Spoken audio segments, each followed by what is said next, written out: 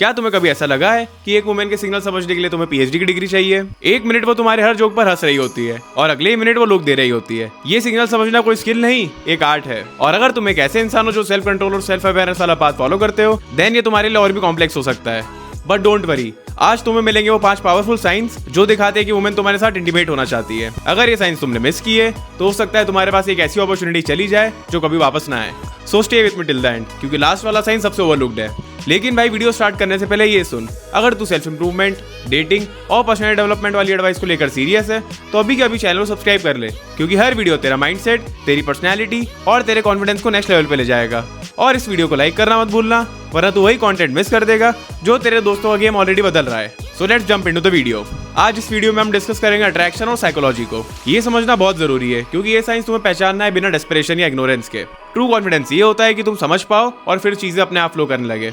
Sign number 1, वो तुम्हें touch करने की कोशिश करती है। जब एक लड़की तुम्हें हल्के से टच करने की कोशिश करती है, जैसे आर्म पे टच करना या हल्का सा तुम्हारी बॉडी पे टैप करना, ये एक साइन हो सकता है वो बाउंड्रीज को टेस्ट कर रही है।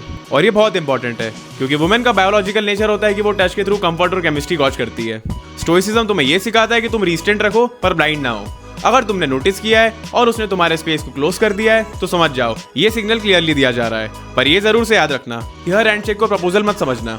चलो नेक्स्ट पॉइंट पर आते हैं। पॉइंट नंबर 2, वो तुम्हारे साथ लंबा आई कांटेक्ट करती है। अगर वो तुम्हारे साथ ज्यादा देर तक आई कांटेक्ट बना के रखती है और उसके साथ एक स्माइल भी हो, तो वो तुमसे साइकोलॉजिकली कनेक्ट होने की कोशिश कर रही है। Prolonged eye contact dopamine release कर सकता है, जो मूवमेंट को इलेक्ट्रिक बना देता है। स्टोइक अप्रोच ये है कि तुम काम और अश्योर्ड रहो और वो गेज होल्ड करो, पर स्टीयर करने जैसा कॉन्टेस्ट नहीं होना चाहिए। अगर तुमने नजर हटा दी और वो फिर भी गेज मेंटेन करती है तो कॉन्ग्रेचुलेशंस, तुमने एक साइलेंट टेस्ट पास कर लिया है। पॉइंट नंबर 3, वो तुम्हारे जोक्स पर हंस रही है, चाहे बैड जोक हो।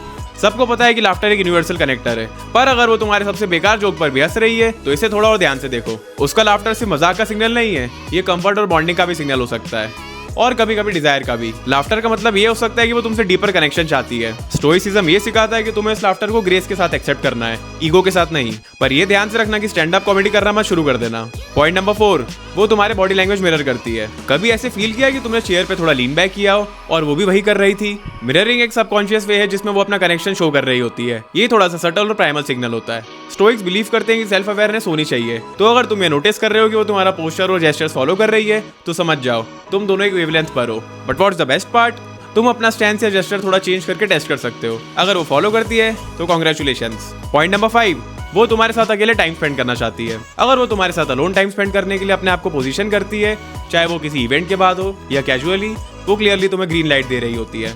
वो तुम्हें ऐसा कुछ कह सकती है, चलो एक वॉक पर चलें, या मैं तुम्हें हेल्प कर सकती हूँ क्लीन अप करने में। स्टोइसिज्म ये सिखाता है कि तुम्हें हर अपॉर्चुनिटी को एक इंटेंशन के साथ रिस्पेक्ट करनी चाहिए।